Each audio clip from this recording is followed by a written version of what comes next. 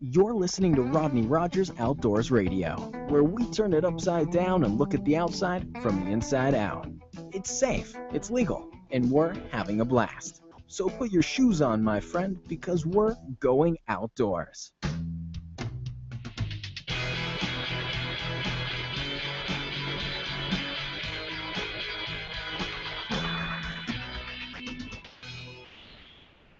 And action.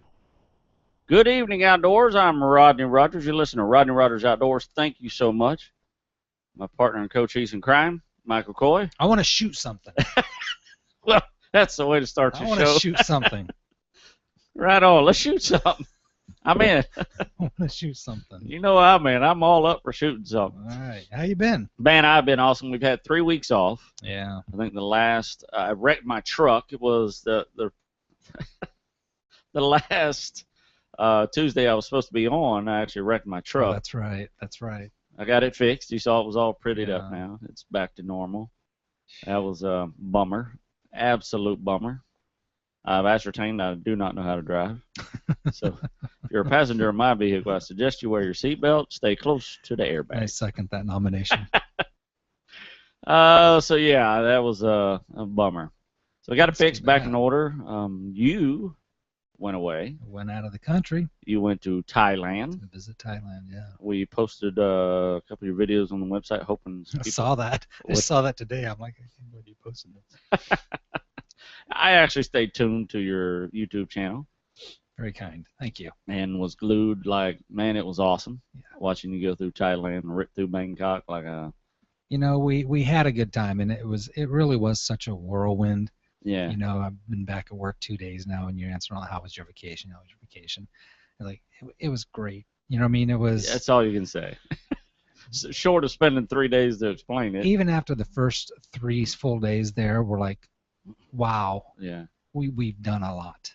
You know, we woke up in the morning and we pretty much had an itinerary, you know, for the first part of our trip. So we were just bang. The things, we were just on overload of Right. what we'd seen, you know, what we'd taken in, which is one of the reasons why originally I wanted to do some sort of journal of the Mhm. trip, because all those things in between you forget. Right. You know, you know what the stops were on your trip, but the little things that happen that make up Exactly. the details, you forget those things. Right. You know, Right. that maybe the takeaway, the things you realize after a vacation like that, you know, those kind of fade with time, and those are the things that kind of journal and chronicle when you take a trip like that.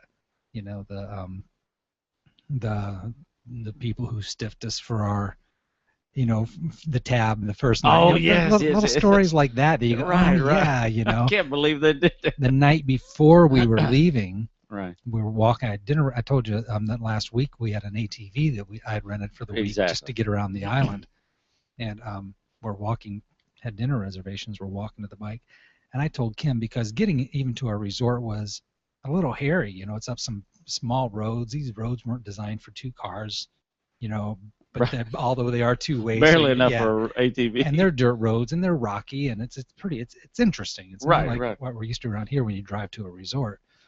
So I told her, well, as we're leaving tonight, hold the GoPro in front of me, because I want to just videotape. Going up that road. Yeah, getting Yeah. out of here. And so we're almost to the bike, and I realized that somewhere in the process of trying to screw the GoPro onto the on the pole, that I had dropped the key to the ATV. Uh-oh. Exactly. I was like, no. No. No. No. I mean, because from where we parked the ATV to our little cottage was probably a quarter of a mile. Are you serious? Yeah. I mean, it's you walked up through the resort area. But Yeah. It was a ways through pathways and dirt pathways, and and Uh-oh. I'm like, okay, I know I had it in my hand, and so I'm thinking I had to have dropped it. And this is the night before we're leaving, so I'm instantly flash forwarding. Okay, tomorrow I'm got to figure out how to get a key back, and I've just bought myself an extra key and the logistics of it. But we spent the next 20 minutes walking. I mean, I walked that path 3 times, looking at this side of the path, looking at that side of the path, Right. and almost given up. And Kim was at the opposite end, and I found the key, but it was 4 feet off of the path. I must have kicked it as I dropped it. Holy laying moly. over by a tree, and I'm like, Kim, I found it. Oh my God. But it's those little those are the things that make up the trip, you know, the atmosphere of what's going on outside of just the. Wow. You can take pictures of everything else, but Right. those stories, This goes unheard of. The anyways, untold. I digress. So if you had one moment, obviously that's a moment. I mean, if you just picked one moment, what would you say your most flabbergasting, the most awe, I guess? You know, for me, It's hard to say. It was, but for me, I still really enjoyed the scuba diving. I was going to say, you went scuba diving. Yeah, so, I just enjoyed. I mean, some of the sites were a little more. Again, we've said it before, we're spoiled. Yeah. To live in Florida. No doubt. For so many reasons. And even from, we travel to the opposite side of the world and did scuba diving, supposedly one of the best places in the world to scuba dive. And I'm going, it doesn't have a whole lot. I mean, there was some cool stuff, but some of the dives we could have just as easily been in South Florida. Really? And they're asking about the water temperatures. I'm like, going, it's very similar to home. Right. Of course, they get people that come from places like, up north or places that aren't as nice. Yeah, exactly. Right. So I'm so thankful to live in Florida and be surrounded by all the opportunities that are really on our own backyard. And you know what? That's why we do the show. You just hit it on the head. Absolutely. That's exactly why we do the show, because while you were gone, I learned a few things. I mean, I learned how to kayak fish. I mean, I know you think Rodney Rogers outdoors, you think I would have done that before.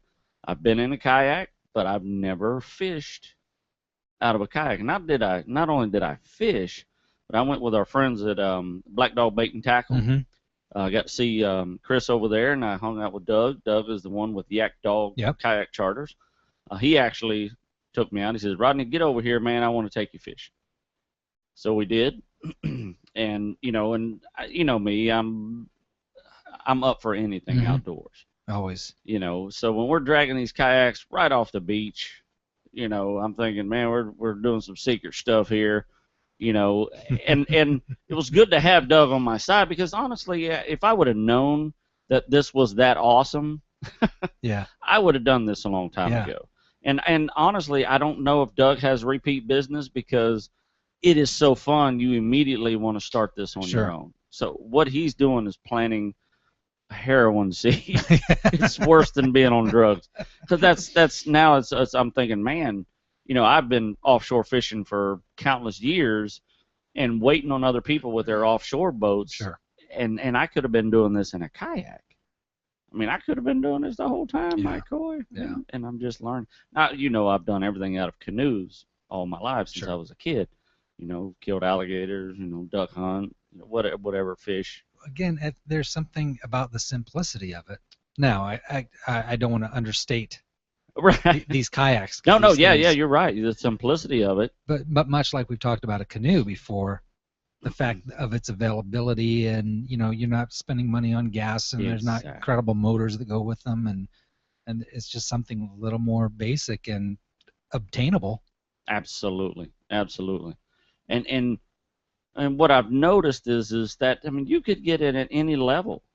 You don't need the extravagant fishing guy. You get extravagant as you want. We had a guy fish with us named Charles, and when he pulled out his boat, I mean, he had the catamaran, man. I'm telling you. Oh, really? He had the cat's meow. He had a live well in this thing, just pumped water out of the ocean, circuit, kept his bait fish alive. He had coolers, he had TV, he had depth finders and fish finders and radar and sonar. So I suppose it gets all about the accessories and the add-ons and the attachments. I always call it golf. That's the best way to put it. You can buy a set of golf clubs, or you can buy a set of golf clubs. Yeah. And you can go any direction with this.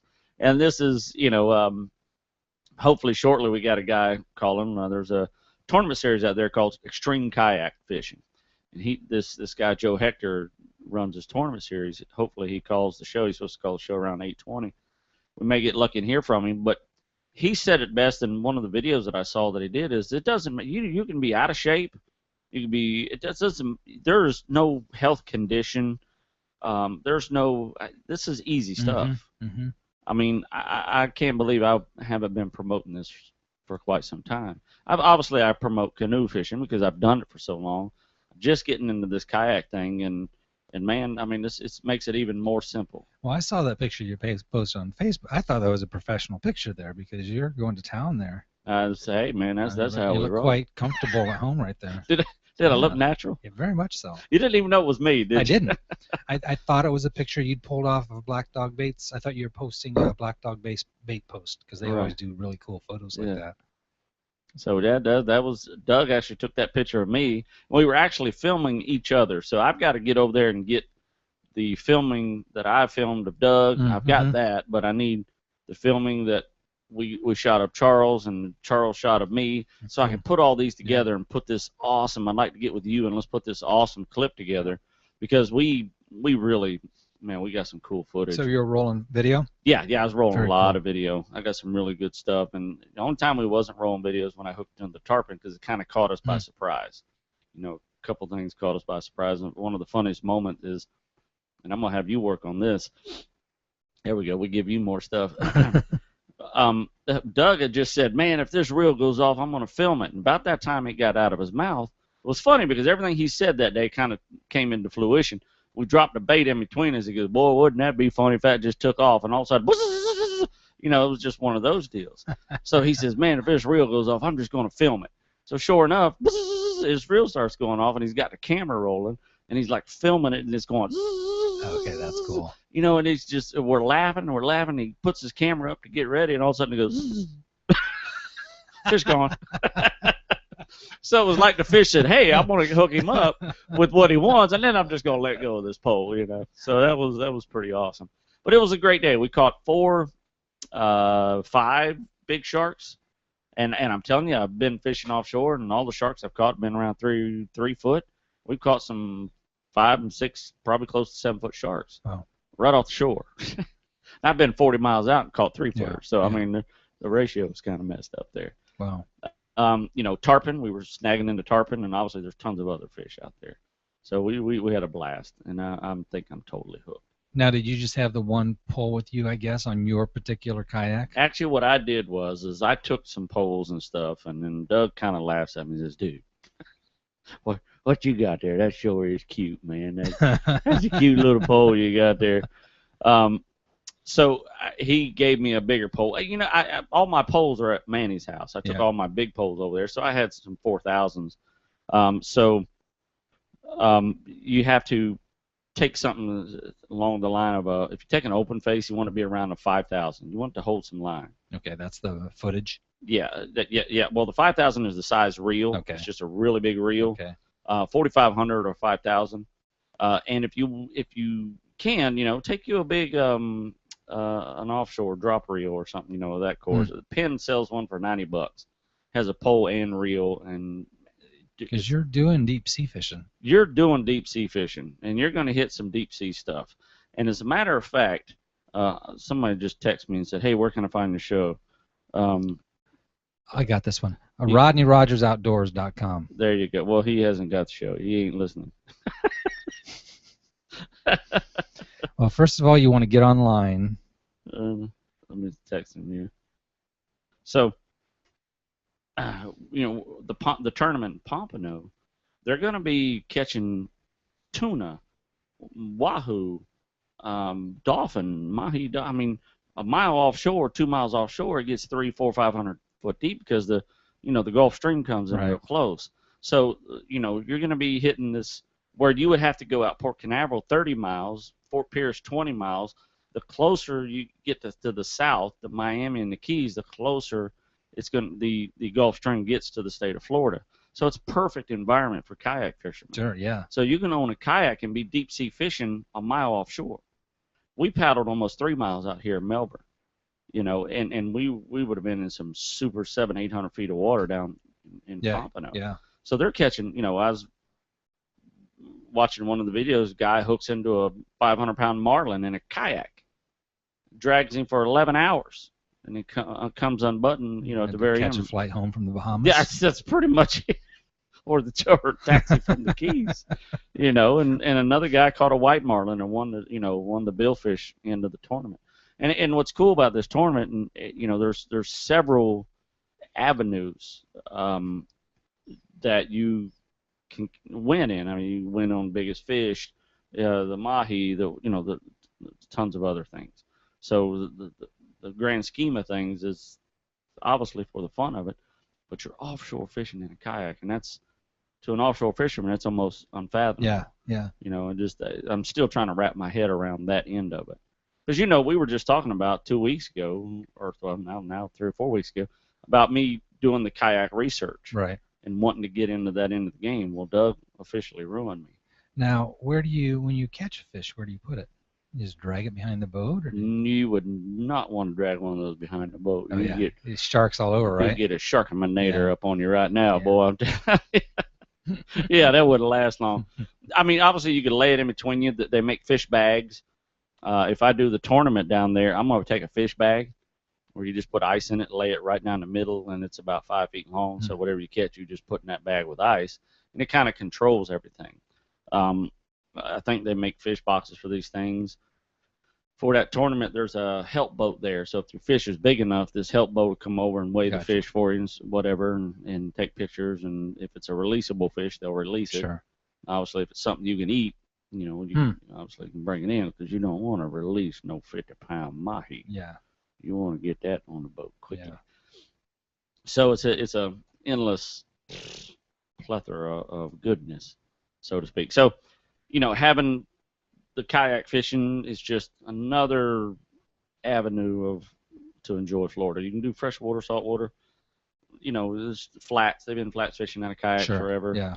So there's a ton of things. This thing is the most ambidextrous boat out there. So. How long did it take you to paddle out that far? My gosh, we actually drifted out. Did you? We didn't even paddle. We just set the lines out and drifted, and was catching these fish on the drift. Okay. So yeah, the current moves you pretty good out. And then to paddle back in, it took us about 20 minutes. That's not bad and at all. what was weird is we're paddling in, and we're 2.5 miles out, and we're paddling against the wind, and it was nothing. I mean, it just cut the water like nothing. I just hit dead into the wind and was just working my paddles, and man, I was in no time. I mean, it was pretty awesome. It was absolutely awesome. So my canoe, it would have beat me to death. We saw 2 guys trying to get out there in the John boat. Oh, really? Yeah, not good right there, buddy. Wow. I mean, that's something you don't want to do. Wow. Take a metal boat in the ocean. You sink quick. These things don't sink. These kayaks, you roll them, you do all that stuff, but you won't sink it. So. Yeah, you look good in that thing. So, I mean, it was an awesome trip. He definitely got me hooked. I'm glad I did it. I can't thank him enough for going out there. And Charles was out there with us. I met Charles for the first time at Black Dog Bait that morning.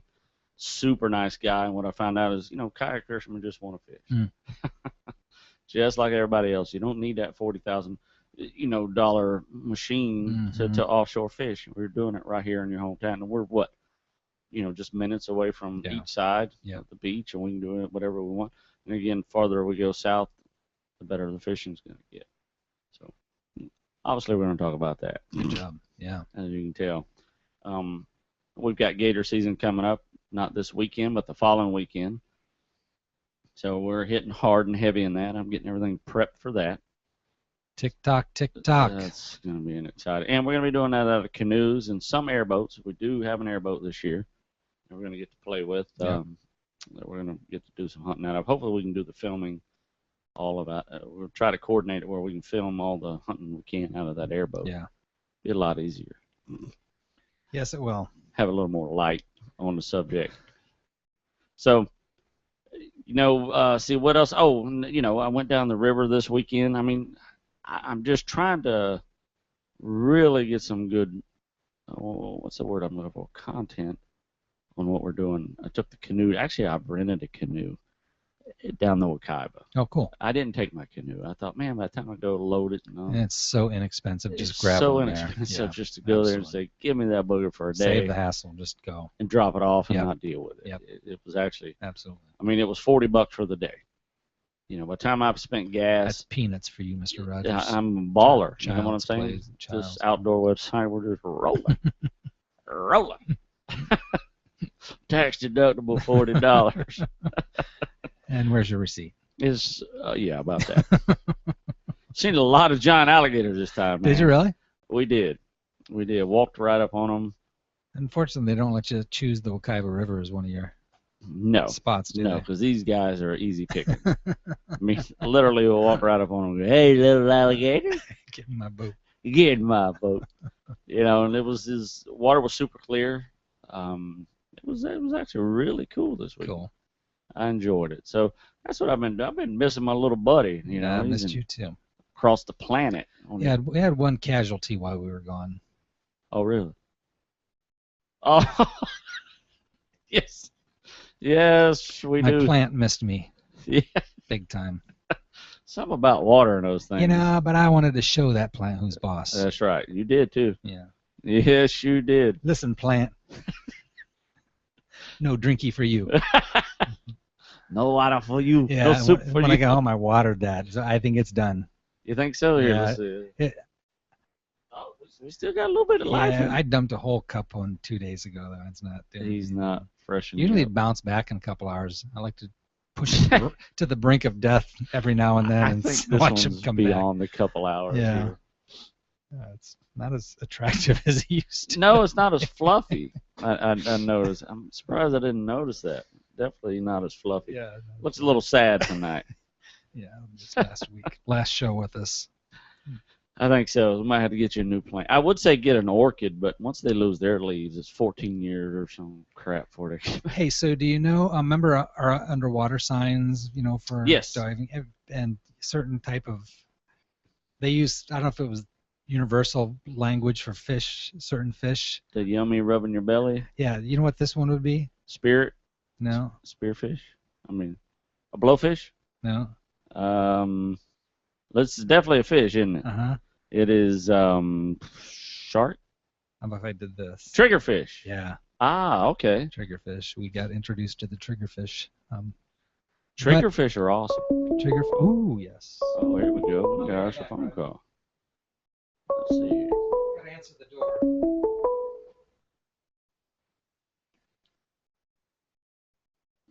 And I think we're getting there, and voila. Thank you for calling Rodney Rogers Outdoor. This is Rodney. Who am I speaking with?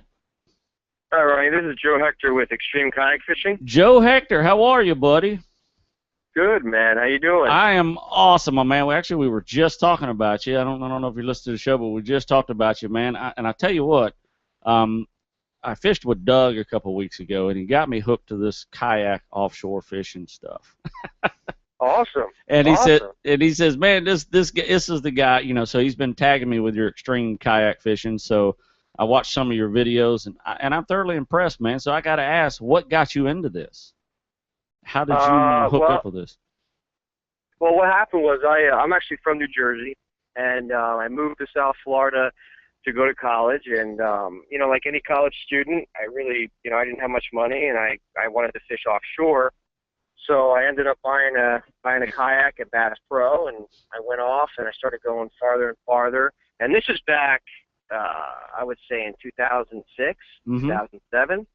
So at that time, there wasn't really a big crowd here doing it. Right. And I would say my third time out, I got a 44-pound mahi-mahi. I saw that picture, by the way. That was a big bull, wasn't it? Big bull. It's huge. And then ever since then, I started getting the following. I started getting wahoo, sailfish, tuna, and we started getting bigger and bigger. And then in 2011, I said, what the hell? I'm going to try to put on a tournament, see what happens. And we put it on, and now here we are today. We have a tournament in the Bahamas. We got our 3 tournaments here. We have the first billfish tournament, which is the Sailfish Smackdown. Right. So, yeah, it's just really growing. It's blowing up, and the anglers are great. The sponsors have really helped us grow to where we're at, and we love it, man. It's really getting out there. I'll tell you what, I was looking at some of your videos, and I'll tell you, the more I see, the more excited I get. I've offshore fished, like you. I've offshore fished. I mean, I've actually been doing it for years, but it's always been in a boat. And this is one of those situations when I tell everybody, even with small boats, and I've always told them, go farther south, and you can get farther offshore being closer to shore.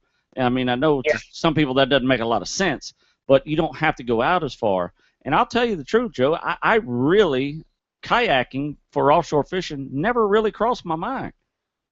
And I don't know why, because I absolutely love it, and I would do it every day if I could. Yeah, I mean, I agree with you. I actually, I'm a bow fisherman myself.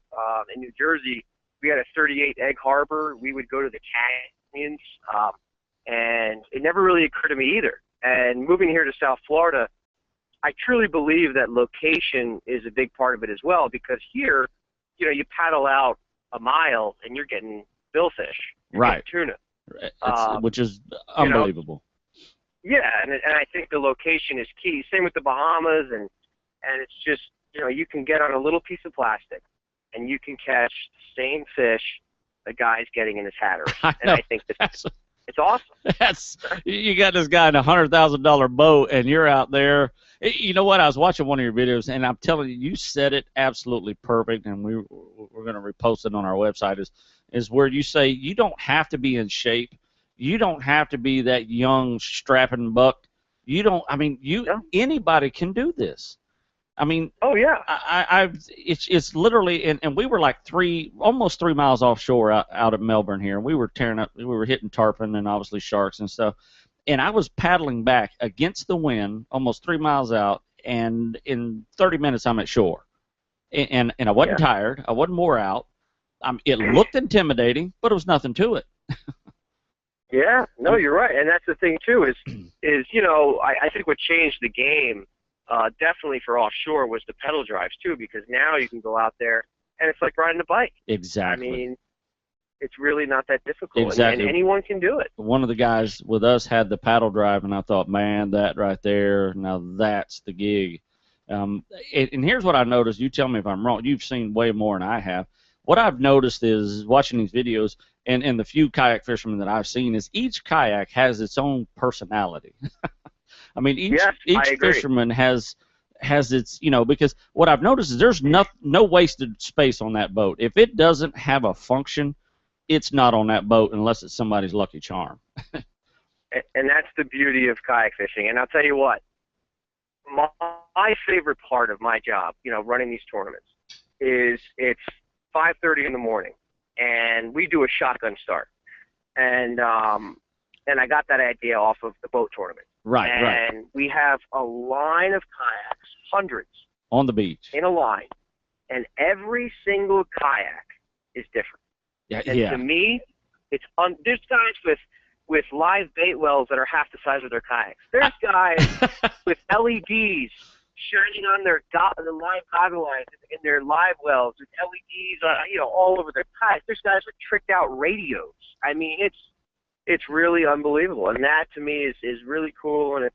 And even the person, you know, you look at all the personalities, and now, you know, doing as many tournaments as I've done, every guy and their personality kind of tends to their kayak. It's like, you know, they have these personalities, and their kayak is built to them. It's really great. That's cool. That's amazing, and it's exciting. It really is. I mean, for the money that you put into this kayak, and don't get me wrong, these are not cheap kayaks, but they beat you know, a $40,000 fishing boat, you know, all to heck. You know, it's amazing. And for the little things that you add, first of all, guys like things. We like those gadgets and the accessories, and we like those things. This is what drives us. Even girls, I've noticed a lot of women, which is that's a great thing that I'm seeing, is a lot more women getting into this sport. Are you seeing that down there as well? Yeah, we're seeing, actually, it was the first, our last tournament, SummerSlam Part 1, was the first time we had a woman actually get on stage with a nice king. So we're starting to see that. We're seeing, you know, age-wise, we're seeing younger guys join, and we're also seeing older guys join. So altogether, I mean, the whole sport itself, it's still so young. Absolutely. And that's what's great about it. And it's just growing so fast, but it's still, you could just see how young it is still. I mean, when I first started, you know, we weren't getting much fish in the beginning because guys need to be taught, you know, how to fish offshore using a kayak, and to use it as a tool to catch fish. Exactly. So it's just, you know, always think of your kayak as a tool, especially when you're offshore, because most of these pelagics, they love structure. They love going under stuff. and you are structure. Absolutely. So Absolutely. That's how you had to look at it. That's amazing, because those bait fish will come right up to the bottom of your kayak. They just think you're a log floating in the water. Oh yeah, we've had mahi. I've had schools of 20 to 30 mahi around my kayak just circling. Nice. There's guys that go out there, and what they do is they go to like Bass Pro and they buy those hunting weeds. Yes. And they actually super glue them to the bottom of their kayak, so they look like weeds in the water. That is amazing. And then what they do is they tie about 2 foot of clear leader with a circle hook with pilchard, and they'll tie it to their kayak so it looks like a spool of pilchard around their kayak, and they'll let out. And then they'll let out a free line, and they'll just tear them up. That is, you know what? It's like I said, this is endless. Whole new world. Now, are you out of Pompano? Is that where you live now? Yes, we're in Pompano Beach, and that's where our tournaments are as well. Well, I'll tell you what. How can someone, say, okay, someone that's listening to us, they go, okay, I've got a kayak, I want to be a part of this. Where are they going to find you at? You go to extremekayakfishing.com, and you can go on there. Our Facebook is Extreme Kayak Fishing Inc., and you could like us on Facebook as well. And we'll have all the information on our website. And on Instagram, we're also Extreme Kayak Fishing. I'll tell you what, I will be fishing your tournament as well. Actually, I got with Doug, and I said, hey, man, I need a kayak. So I got hooked up with a kayak. This will be my first, literally, this will be the second time I've ever fished out of a kayak. And I want to tell everybody is my experience offshore fishing is you don't know you can do all the right things and not catch a fish, and do one stupid, goofy thing and catch the fish of the day. You know what I mean? That's what I've learned about offshore. 100%. I mean, not only that, but I'll tell you what. Our first sailfish tournament, for instance, Chris Thomas came from Oklahoma and won the tournament. Wow. Okay, a bass fisherman from Oklahoma got in his kayak, came to South Florida, and killed it. Wow. And it was awesome. The guy who won our last tournament was a boat fisherman, never fished in a kayak in his life, rented a kayak for my tournament, That's cool. came in, and won the whole thing. That's it's amazing. Anyone's game. Anyone's game. That's what I'm saying. It's anyone's game. So we're going to obviously throw all your info on our website and our Facebook and all that good stuff. And Joe, hopefully while I'm down there, I get to meet you, man, because I'm going to make it a point. Doug's going to hook me up, and Charles, the guy I fish with, they're going to hook me up with a Predator fishing boat. So great. I'm going to give it the old college try, man. I'm just excited. I want to be a part of it. What it looks like you got going down there is definitely something exciting. If nothing else, it's a blast to be there, So I'm going to do everything I can to push it as well. So, Mike, this is my partner, Mike Cole. He has a question for you. Hey, Joe, I've been eavesdropping here this whole time. How's it going? Good. Hey, so what kind of turnouts do you have, both people participating in the actual fishing or just, it looks like you got a pretty good crowd on some of these things just gathered on the beach hanging out. What kind of the beauty of the event. Yeah, well, we literally, it's not just a kayak tournament. We built it to where we also have a paddleboard race that goes on during the day. And what's great about our tournament is it's a family event. Cool. So what we have there is we have a stage where we have live music playing all day. We have free beer on the beach. We have free food on the beach. We have a whole crowd that comes in and watches both events, and it's really just fun for the whole family. We get our last tournament had 117 anglers competing. Wow. And we'll see what happens with it. And that's not including the family and the whole crowd on the beach as well. Right. So there's something to do for the people that staying back and hanging out. That's great. Definitely. We have sand sculpting contests. It's really a fun day on the beach. What a blast. It's summertime. Everyone's out, so it's really just an enjoyable day for the family as well. Amazing. Well, I'll tell you this. I've had a canoe all my life. Gator season starts that same weekend. I'm going to skip the first weekend of gator season. That's saying a lot, too. And we're going to come down and fish with you, Joe. So while I'm down there, I'll be sure to look you up, man, if you're not too busy. No, man, hey, just come on over. I'll be there, and, we'll have a great tournament. And you guys, I'm telling you, you're going to have a lot of fun, and hopefully I'll see you back for many more to come. You got it, my brother. And Joe, thank you so much for calling. Before you go, we do what's called, for new callers, we do what's called Goose to Moose. And that's where We have a little moose that we goose. I know it's kind of cheesy, but it's pretty cool. You'll understand in You'll time. understand it. Hope that wasn't too painful for you. Thank you so much, Joe, and I'll be sure to thank Doug too, my man. All right, guys. Thank you so much, and I'll see you soon. You got it, buddy. Bye-bye. All right. See ya. Bye. And there you have it. So, man, you know what? That didn't even... Yeah, I'm excited now. and I just found out about this. I mean, there's a ton of stuff to do, obviously. Cool. How cool. I want to go right now. We'll be the only one. We'll be early. Joe, what are you doing tonight? We're on our way. I mean, reading this quote from the website. This is Joe's quote. You are the captain, the navigator, the first mate, and you are in control of yourself. It's all on you. How awesome is that? I mean, that sums it up. Absolutely sums it up, man. So, man, Doug, if you're listening, thank you so much for having Joe call us. We're definitely going to save his info, so every time he calls, hopefully it's not the first time. I mean, they give a ring away. How awesome! I mean, the ring is awesome. Everything is awesome about this. We're gonna definitely fish this thing. You know what I love is number one, hearing the passion in his voice. Oh yeah. You know what I mean? This is something that he's just created out of desire and passion, and just he just sounds like a down to earth, all around kind of the guy you want to hang out with. And I'll tell you, he hit it at the right time. Because obviously, you know, when he started, you know, he loved the offshore, and he thought, man, this is going to be a good thing. And every day they're making new kayaks to be bigger, badder, and better. Well, the fact that they've expanded into even the Bahamas. You know, they've got several locations for the tournament now, including Bahamas. But I love the fact that he's doing it. It's not just the tournament. You can bring your family or your girlfriend, or you know, and they can hang out on the beach, and there's things for them to do. I mean, what a phenomenal day. You are not going to go down there in the morning, Rodney, and go fishing to be back in time.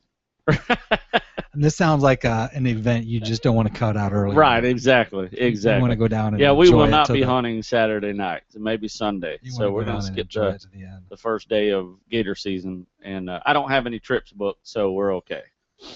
Oh, yeah. Whew. What a blast. So, yeah, I've made up my mind. I'm going to get the kayak. Charles Stubbs on my Facebook is going to let me borrow his kayak. So we're going to go down there in a borrowed kayak. I'm actually going to pick up some. I know I've got to. It's actually exciting thinking about it. Thinking of things that I've got to get to be ready for this. You want to start packing? I'm packing now. I'm going to start packing.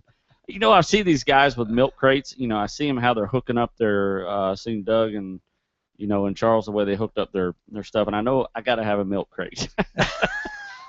So somewhere I'm going to rob a milk crate from somebody's store tonight.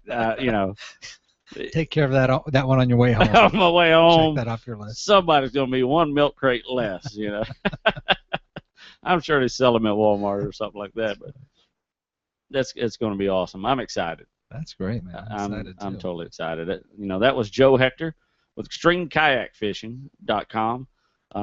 He hung out with us for a few minutes and kind of gave us his insight. I saw the picture of him with that big bull. That's crazy. That is absolutely crazy. I've been offshore fishing forever, and I've not caught nothing that big. And he did it in a kayak. See, maybe next time, what I'd love to hear is some of the blooper stories. I mean, have you ever pulled one up and dumped the kayak over when you're trying to get one of those monsters on the boat? It had to have happened, right? It had to have happened. I think one of the videos that I just watched, dude just dumped his kayak just getting offshore. Those because you got to kind of go through the waves. Yeah, certainly it gets getting some used to, you right? And getting the knack of those things. And yeah, because I know when I was coming back in, your kayak, you're kind of riding the wave in, but if you're not controlling your kayak nice and straight, if it even begins to start to turn sideways, you will roll that kayak. Yeah, I mean it'll just roll right over. So I managed to get my foot out and on the ground before I flipped my kayak. I held my composure there. I didn't want to be that guy. I love the fact what he's saying. How you building some structure underneath your boat and really decking it out. How crazy is that? So yeah, I mean, there's no end to this. But you're right. You're a floating log. You're a floating piece of structure. For these I would freak out if I looked down and there was 20 mahi around my boat. That's cool. I mean, I would just go, holy moly. That's the other thing. You got to be pretty selective on what you're keeping, I suppose, once you're in a kayak. You pretty much would have to be, I would think. That's why I'm thinking having maybe one of those bags. I mean, obviously it's just you, so you obviously can't keep a limit of everything. Yeah. Because if you got 20 mahi around your boat, you're allowed 20. Yeah. I don't see all those guys fitting. Maybe they'll just follow you back. Follow me. You call all your buddies on your way. Hey, get a fishing pole. I'm gonna bring all these things back to shore. We're gonna swim real close to the pier. Well, we're coming to close. Just start casting. So yeah, that's pretty amazing. The water's got to be clear, I'm sure. And you've seen mahi in that clear water and how amazing and beautiful they are. So, Joe, thanks for calling, though. That really was a treat. And we'll get all your info on our stuff, and yeah, we'll push it, and we're definitely I'm gonna make it there. Cool. I don't know if you guys have a show or if we do not have a show, if I'm in town that weekend, I will be there. Yeah. Whatever capacity I can be. If I need to join the tournament just to go out and carry a camera, I will do so. Mike, that would be awesome. We'd put a fishing boat. I'll get my own kayak somehow, and I'll just follow you around. We'll Pay no attention to me. I guarantee you, somebody listening is just ready to let us borrow 2 kayaks. And starting off the sound of I'm just so excited about this. The sound of the gun start, shotgun start, absolutely. And then everybody running into the ocean. I just can only imagine the energy and just the camaraderie that's going on. Oh, yeah. With that thing, cracking on. And you know what? From what I understand, I really haven't looked. I've kind of browsed over the rules and such, but I haven't looked. I think the entry fee is like $85. You can't pay fuel. You're fishing with somebody else. You can't even pay fuel for that. You're not going to offshore for $85. And it's like I said, you're your captain, your first mate, you're everything. So, I mean, you're going to catch something.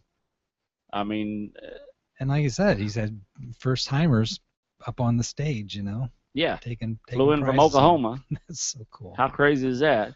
Yeah. And that's what I was telling Nick, my cousin today. He's like, man, I've never fished. Dude, it's offshore fishing, and we all know that you can do all the things right in the world, and nothing happened, and then all of a sudden you do something totally stupid, and then hey. Fishing. But I can see like even Freeport, Bahamas, we'll take a little Cessna over there and we'll rent a kayak once we get there just to be part of the tournament. Wouldn't that be fun? That would be awesome. That would be so cool. We gotta have a passport for that. Yeah, I do now. I'm gonna need one. Yeah. I need to work on that. There was a time you didn't need to, but now you do. Yeah, now you do. Now you do. So I'll tell you what. Wow.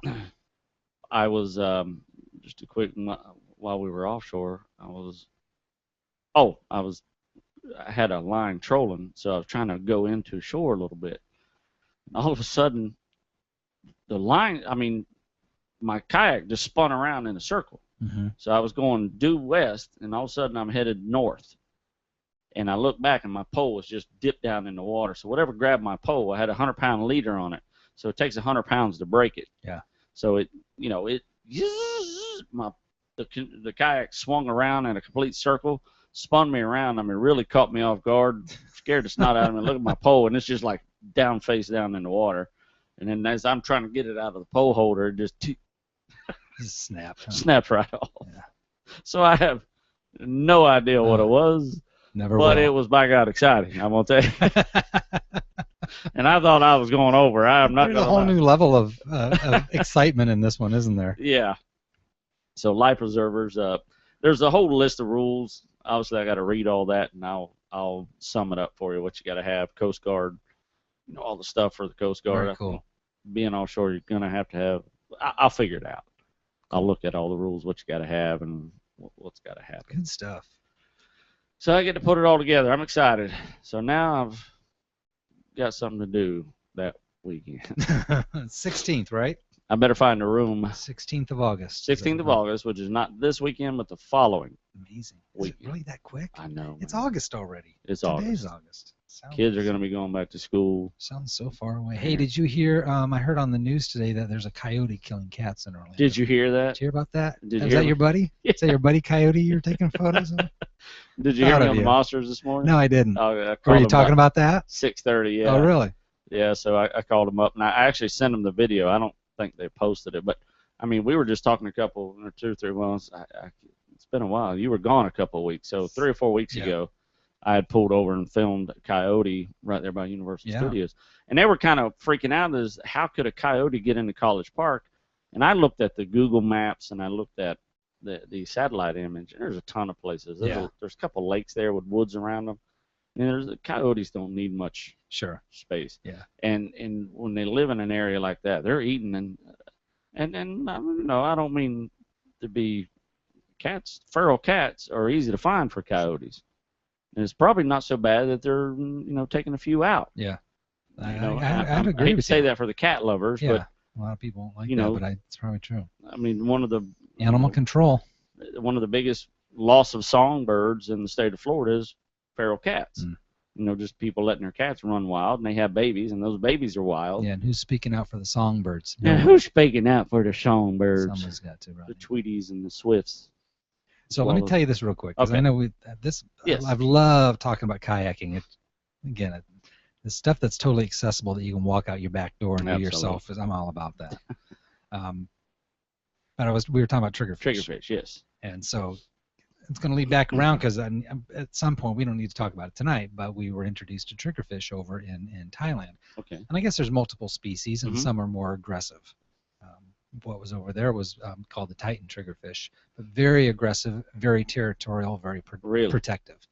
And they're the type that they'll protect their eggs. The male will protect the area, but they will attack humans. I mean, they will pursue you, not attack, but they will defend their territory. So if you're invading, whether it's knowingly or not, they'll come after you. But we were given specific instructions. There's 2 pages on every guidebook on how to deal with triggerfish. So we knew this was important because they had some good real estate in the instruction manual.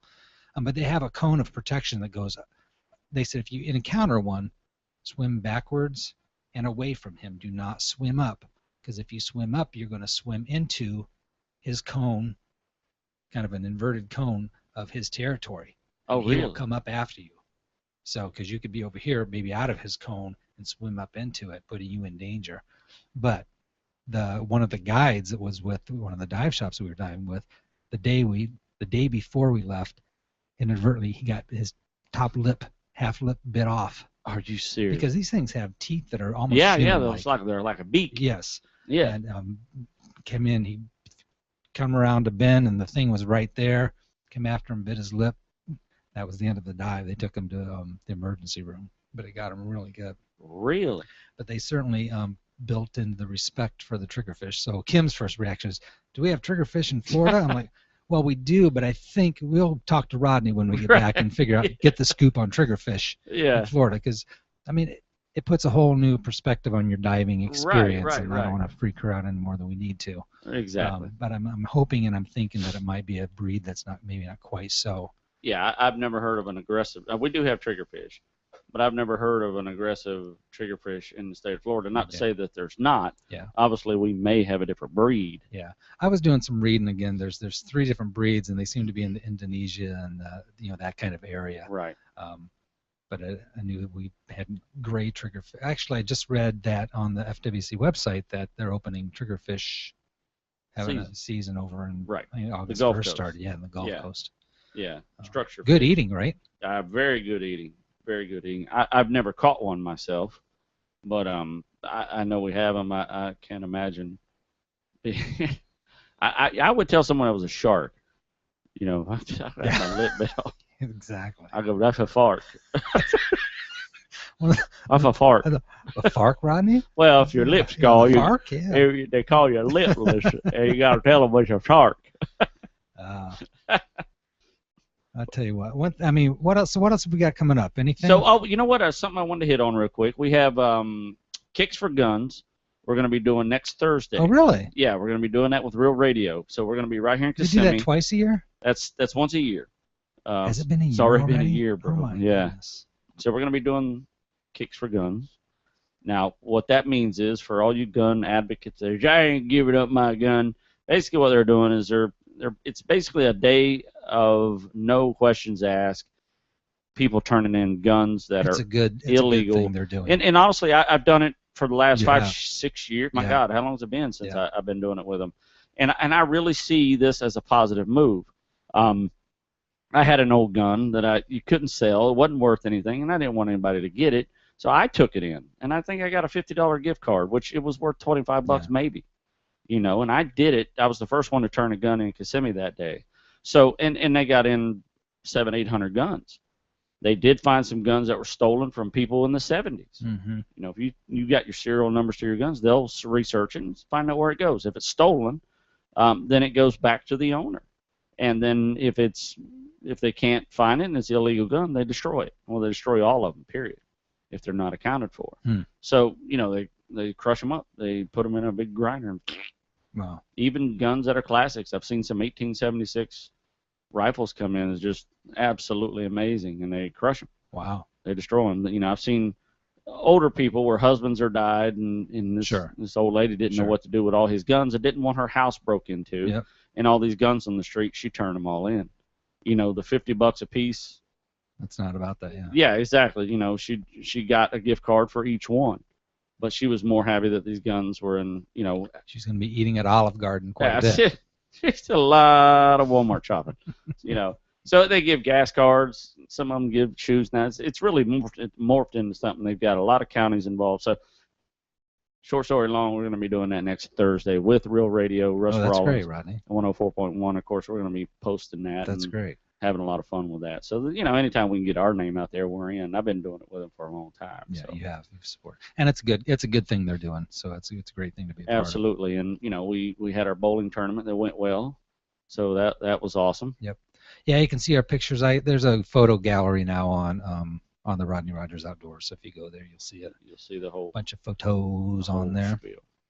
So there you have it. Yeah, I tell you one thing I really appreciate about you, Rodney, and I've told you this before, is your way of making, breaking things down simply. And I think from the beginning we've always taken that approach of making things, the outdoors more obtainable, more reachable, and I really appreciate you for doing that. I mean, one perfect example is that one time we went camping. Right. You fixed me one of your phenomenal campfire dinners. Oh yeah. Yeah. And then we sat around chatting around the campfire, but then we finally called it a night.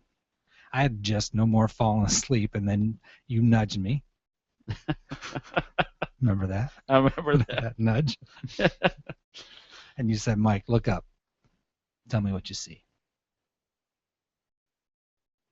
Well, I mean, I don't want to make a fool of myself, so I'm not really sure what you're looking for. So I'm like, well, let's see. From a astronomical point of view, there's millions of stars up there and galaxies and potentially billions of planets. Astrologically, and I'm going to sound important, I observe the Saturn is in Leo. Let's see, theologically, I say, and I can see in all these stars that God is powerful and we are just small creatures and insignificant. And meteorologically, of course, it's a clear night, so I suspect we're going to have a nice day tomorrow. I remember like it was yesterday. And then you just shook your head. Said, dude, someone stole our tent. You broke it down so simple. It was, sometimes I make things so complicated sometimes. But you, Rodney, cut to the chase.